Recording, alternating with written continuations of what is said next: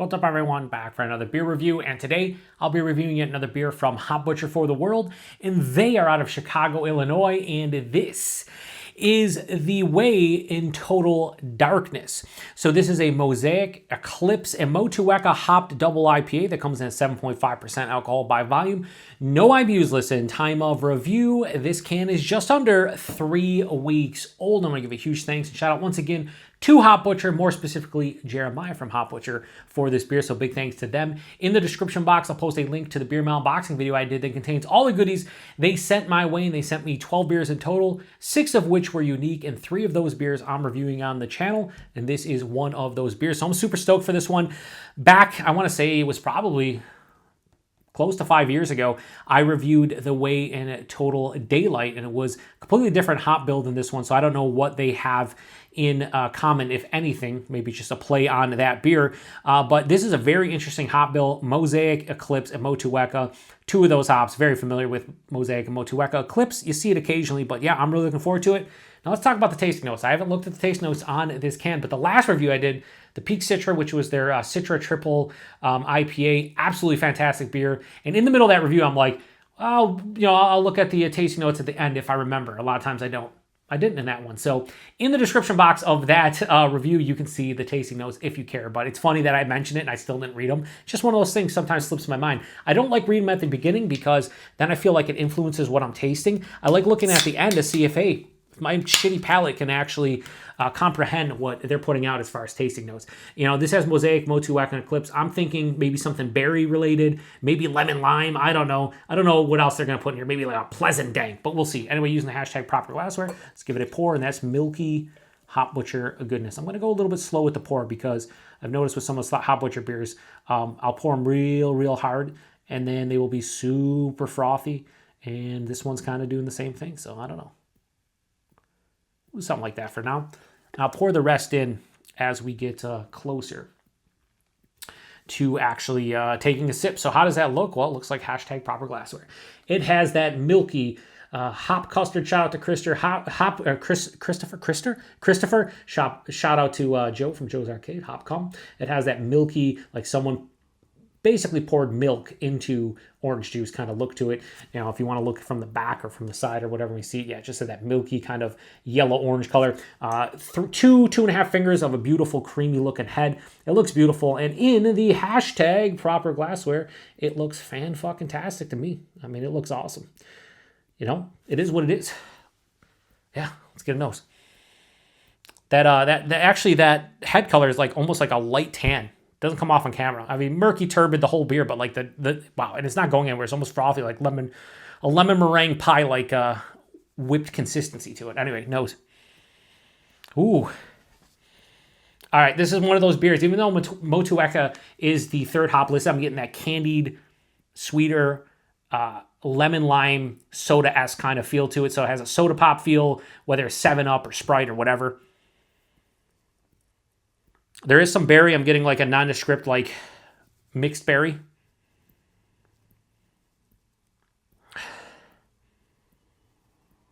Like an over-ripened, like papaya. I haven't said papaya in a while. I just has a papaya kind of feel to it. Papaya, honeydew, creamy, fleshy melons, cantaloupe. This is super fresh, just under 3 weeks old. And they sent it to me, I think it was like 6 or 7 days old, but I've had other beers that I knew they could hang out. The one thing I don't love about a lot of new school hazies, and even from Hop Butcher, other breweries like that, is like you drink them under a week old. Sometimes they have the crazy hop burn. I know some of you out there love the hop burn. For me, I don't mind it in small doses, but when it dominates the palate and my throat's on fire after like 3 or 4 sips, nah, not for me. So I don't mind waiting for a beer like this to kind of age to the 3 week, maybe even month mark. There is a nice, like, herbaceous kind of dank quality to this one. And then, like, an overripened crushed pineapple. Ooh. There is a little bit of, like, a hop burn aroma. Like, it just has that, like, slight astringent kind of, like, just heavy dosing, like, hop saturation. It smells like it's going to be a sweeter double IPA, which aren't my favorite as much anymore, but there's only one way to find out. So I did say I'm going to pour some more in here before we get into the review, so something like that. Does that look any better in the glass? Oh, yeah, that looks beautiful in the glass. Now, look at that. That is a beauty of a pour. Like, that just looks perfection. Wow. That looks awesome. Anyway, cheers, everybody. Thanks again to Hop Butcher.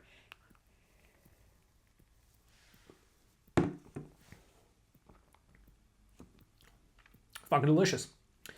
God damn. They are 2 for 2 in this box. Both of the hop forward beers that I am reviewing, they've nailed. This is delicious. The other ones, their grid, which is their Citra Mosaic American Pale Ale, the Kielbasa King, and what was the other one? There was 3 they sent me that I've already reviewed, so I'm not reviewing them. They're all good. Hop Butcher makes good fucking hazies. Good beer in general.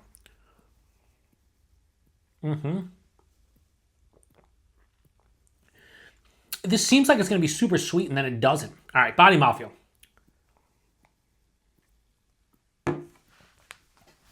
This is old school Hop Butcher to me in that the body is like higher side of medium, lower side of full.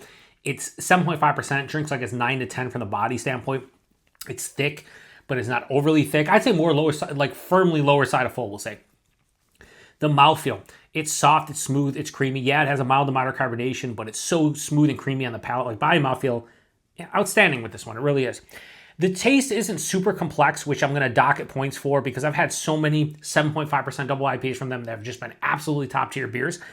This has not a ton of complexity, but what's there is just straight on tasty.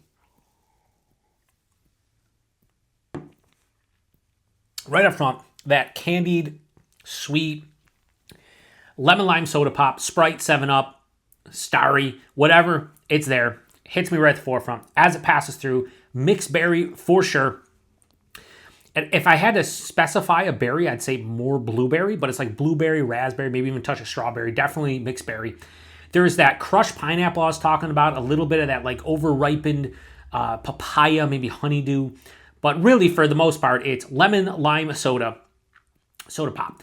It is, I would say, like a mixed berry, and then on top of that, like you could split it between like an over-ripened crushed pineapple and then a like an over-ripened papaya or like honeydew melon. Definitely a fleshy fruit. There's this slight underlying like bready malt character, which I don't get a lot from them, just very slight. And then the finish has this dank herbaceousness, a little bit of a resin quality, very minuscule amount of hop burn. So super fresh, just probably didn't have a big hop burn because a lot of times when I drink their beers 2-3 weeks old, there's enough pop burn where it kind of might mess with me, knowing that if I drink this under a week old, I definitely not. This one, however, doesn't have that. Plus, good glass lacing, as you can see. Look at that glass lacing, fantastic. 7.5%, you can't tell. No warming in my chest, nothing on the palate. Finishes with a nice, firmly dry finish, mild to moderately bitter. This does lean a little bit sweeter, like 60-40 sweetness to dryness and bitterness, maybe 65-35. Not cloying whatsoever, but definitely a little bit sweeter, which I said early on in this review that like I don't lean towards sweet beers anymore. I don't really care for like super sweet hop forward beers. This isn't super sweet, but it is sweet. This is definitely a one and done can for me, but most beers are nowadays for me. So I couldn't session this, I don't think. I could maybe stretch it out to 2 beers, maybe a little bit. I think the sweetness would build up on the second can, but it's not cloying at all. Like it's not like each sip I'm like, holy shit. No, it's fine. It's just lean sweet. Yeah, this is another fucking, like this is another tasty beer from Hop Butcher. Like it's fucking, yeah, that's what they do. One more sip and we're locking a rating. We're also going to pour in all the goodies in here. They always have goodies at the bottom. Like when I clean out these cans and rinse them out, there's always, you know, the protein from the hop particulates and the yeast and all that shit's at the bottom. More so than almost any other brewery, which some people be like, that's gross, and I get it, but it doesn't hurt me. One more sip.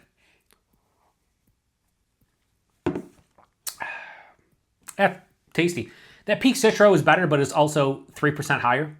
But if I'm just drinking one beer, I'd rather have that one. But like, this is fucking delicious. So the Wayne Total Darkness from Hop Butcher, straight 4.5 out of 5. Like, this is fucking awesome. This is a great beer that I would highly recommend everybody try out at some point. And again, the artwork, you know, with Hop Butcher reviews, I'm going to be honest with you guys. I don't shout out Dan Jessa enough. He does all the artwork for Hop Butcher, and he kills it. And all of the fucking labels are watch it be not. No, I'm pretty sure Dan Jessa. And you know what? I almost forgot the tasting notes again. Yeah, it says artwork by Dan Jessa. I'm pretty sure he does all the artwork. But tasting notes, Barry Medley. I said mixed berry. I'll give myself like 3/4 of a point, right? So I said mixed berry. Juicy pineapple. I said crushed pineapple, sweet pineapple, overripened pineapple, didn't say juicy pineapple. I'm going to give myself another 3/4 of a point. And then fresh squeezed lime, I said lemon lime soda. I'm close. I'm going to give myself a half point. So you do all that, it's about 2 out of 3 I got. But I did nail berry, pineapple, and lime. I did say all 3 of those. So I'm happy with that. I didn't do as well, I don't think, with that Peak Citra. Anyway, price point availability. I've had a lot of people comment recently to let me know that these are still, relatively priced relatively well in and around Chicago, neighboring states, like $15, $16 a 4-pack. That's awesome. If this shows up here in Buffalo, New York, you're talking probably $20 to $21 a 4-pack, which is okay. That's kind of, that's like another half beer. It's fine. But it's worth it. I gave it a 4.5 out of 5. Availability is Hop Butcher, so that means who the fuck knows at this point. Check some of your favorite online beer stores. Check Tavour. Check locally. Maybe befriend someone in Chicago who can get their stuff for $15, $16 a 4-pack and trade with you. Hop Butcher is one of those breweries that 4 or 5 years ago, very hard to get, but now you can get them. And why they still have hype to some degree, not as much as they used to, but they should, because honestly, they still make fan-fucking-tastic beers, and their West Coast IPAs have been blowing me away recently. They need to brew more, and I just saw they came out with one. I forget the name of it. I know Christopher, the aforementioned Christopher with the hop custard, he said it was Big Fern, I think it's called. Something like that, like Big Fern. It sounds awesome. I just want more West Coast from Hop Butcher because that's where my palate is, but the hazies ain't nothing to fuck with. So shout out to Hop Butcher, shout out to Jeremiah. Appreciate everybody stopping by for another beer review here in the Beer Patrol. 7.5%, like I said, no real warming in my chest or on the palate. Very easy to drink beer. I'm going to drink the rest of that off camera and share the other can with some local friends. And I'm going to have a great time doing so. So if you had this one before, please post a comment section. Let me know what you thought about it. Can't really compare it to the Way in Total Daylight because 2 completely different beers. I don't know what they have in common. So if anybody knows, let me know. Till the next one. Cheers.